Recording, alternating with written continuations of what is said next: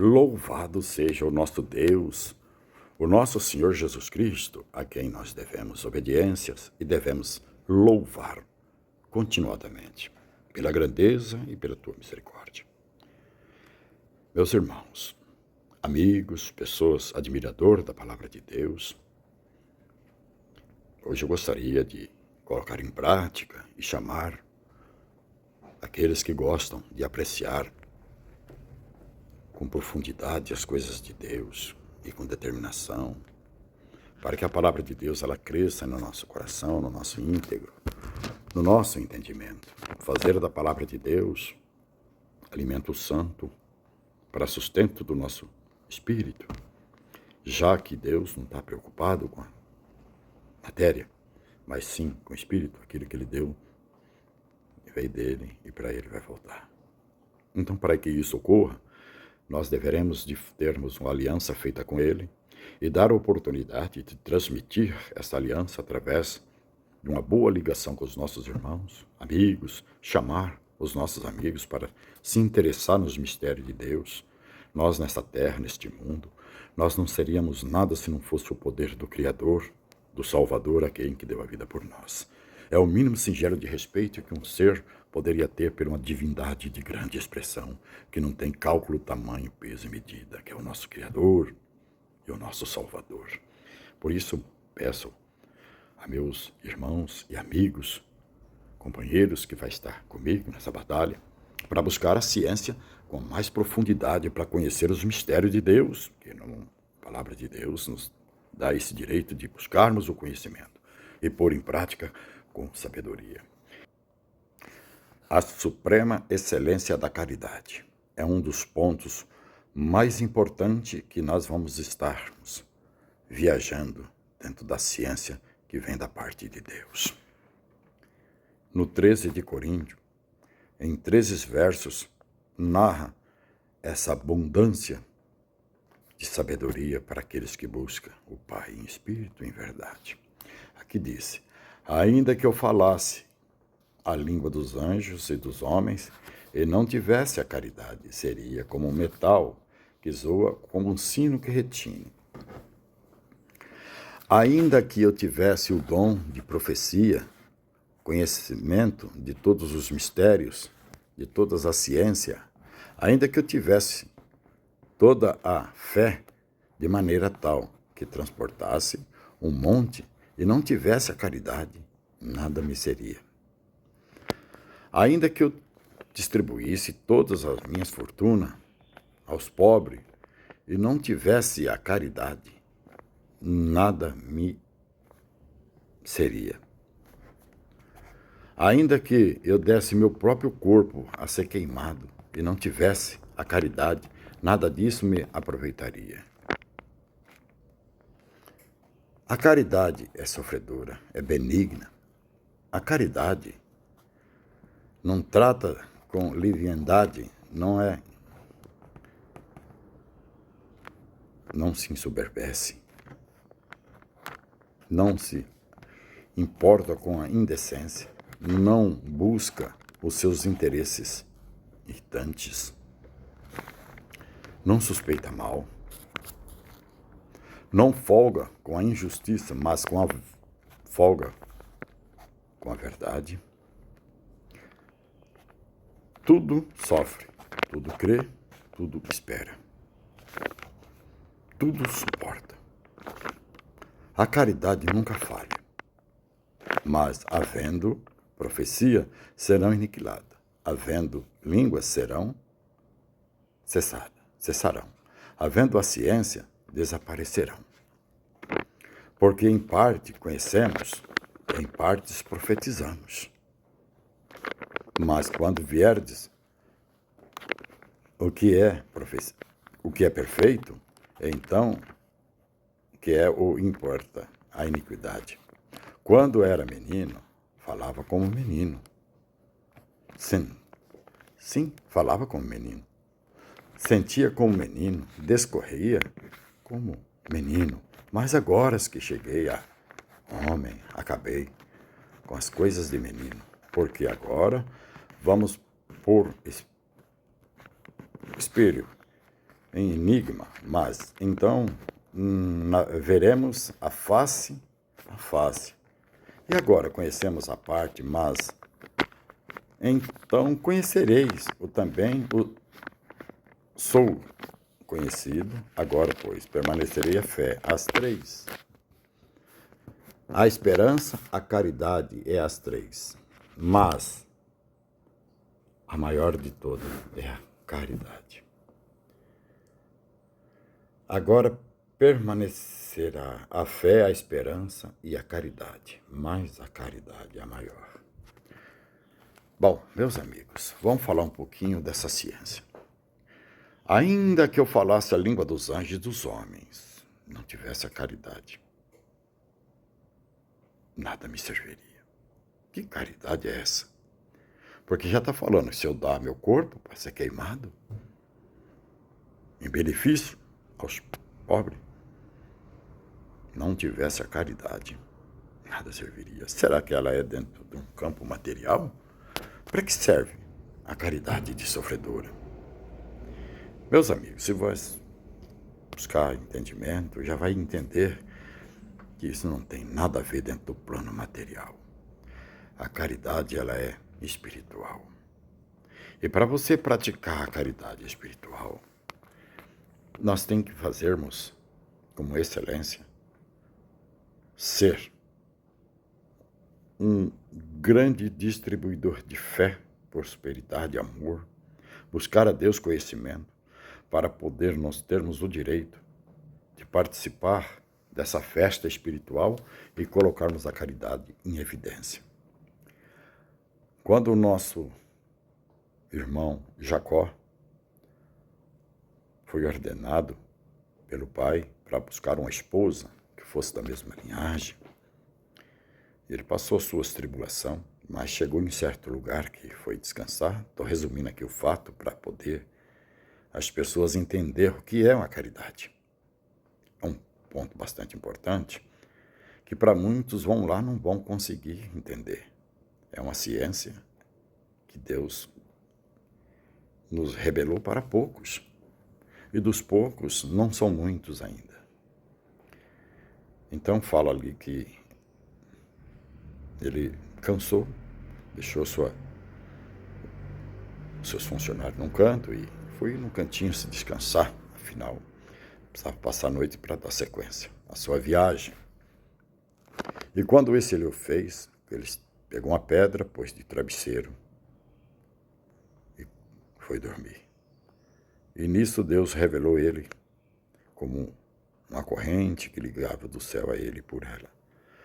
Descia e subia anjo naquele local. Ele acordou assustado, muito assustado, Jacó acordou. E ficou numa situação difícil para ele. O que ele fez? Ficou perturbado e disse, certamente, o que está acontecendo? Ele fez um pedido. Ele falou, certamente é que Deus está nesse lugar. E foi uma das palavras que ele pronunciou. Se eu tiver sucesso naquilo que for buscar, se não faltar o que comer, não faltar sandália nos meus pés, quando eu voltar, eu vou fazer uma coluna e vou dar o nome de Betel. Nesse lugar. Aí começa a encaixar a caridade. Essa praticada através do pensamento, da ligação com Deus. Mas eu não tenho como explicar em físico assim. Você tem que fazer na prática. Não tem como. Porque ainda fala com bastante determinação. Se eu tivesse o dom dos anjos, falar a língua dos anjos e dos homens, e não tivesse a caridade, você vê que a caridade ela entra em todas as circunstâncias em que você fosse manifestar dentro desse assunto. E não tem como você fugir, porque se você não praticar ela, está fora daquilo que Deus está pedindo. Não é eu que estou falando. Está aqui. E faltou com isso, está sendo faltoso com Deus. E sendo faltoso com Deus, é meio complicado. Meio não, é bastante ser É uma complicação de uma profundidade muito grande.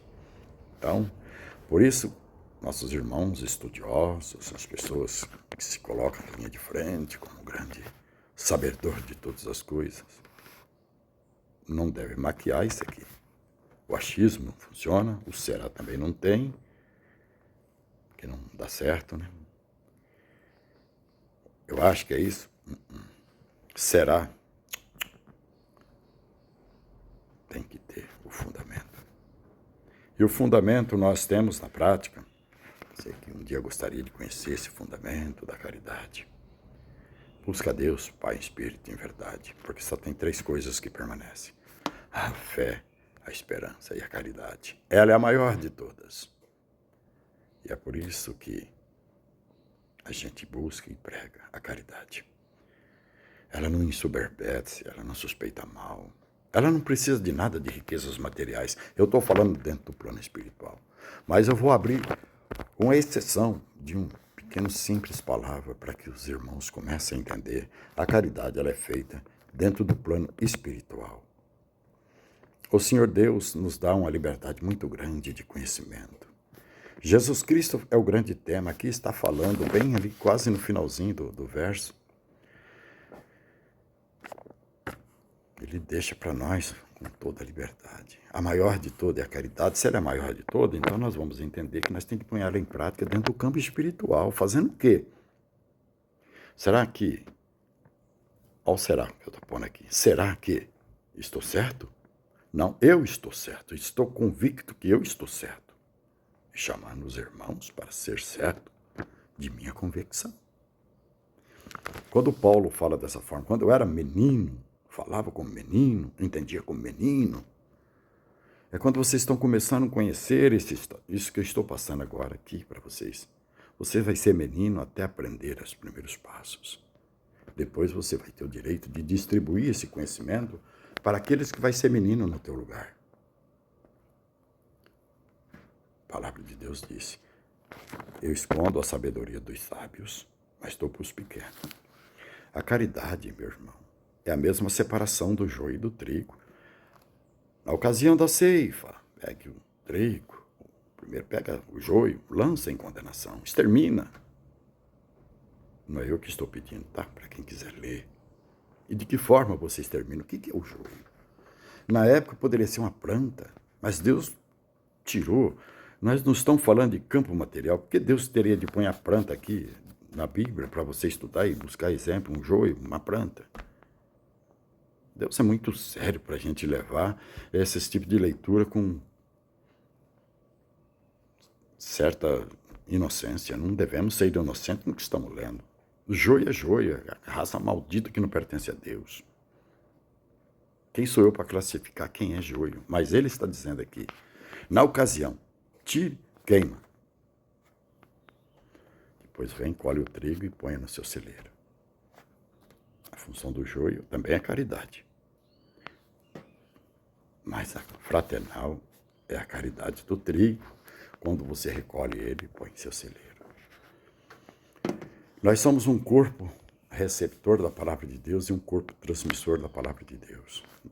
E através do nosso pensamento, os anjos sobe e desce, faz obras, trondorosa misericórdia. E Deus está no meio do povo. E uma dessas obras que aconteceu com Jacó, lá no passado, quando subia e descia anjo, que foi fantástico, né? Quando Deus mostrou a ele. E uma das mais importantes, antes dele fazer o descanso, ele pegou a pedra, depois como travesseiro. Já falava de Jesus Cristo que vinha fazer essa obra da caridade para nós, dá esse direito. Como o nosso mestre foi tão perfeito que ele não quis dar a perfeição só para ele. Ele quis distribuir para mim, para você, para todos que queiram ser perfeito na palavra dele. Aí liberou o nosso irmão Paulo, apóstolo, vindo de uma dificuldade, de uma geração diferente de pensamento,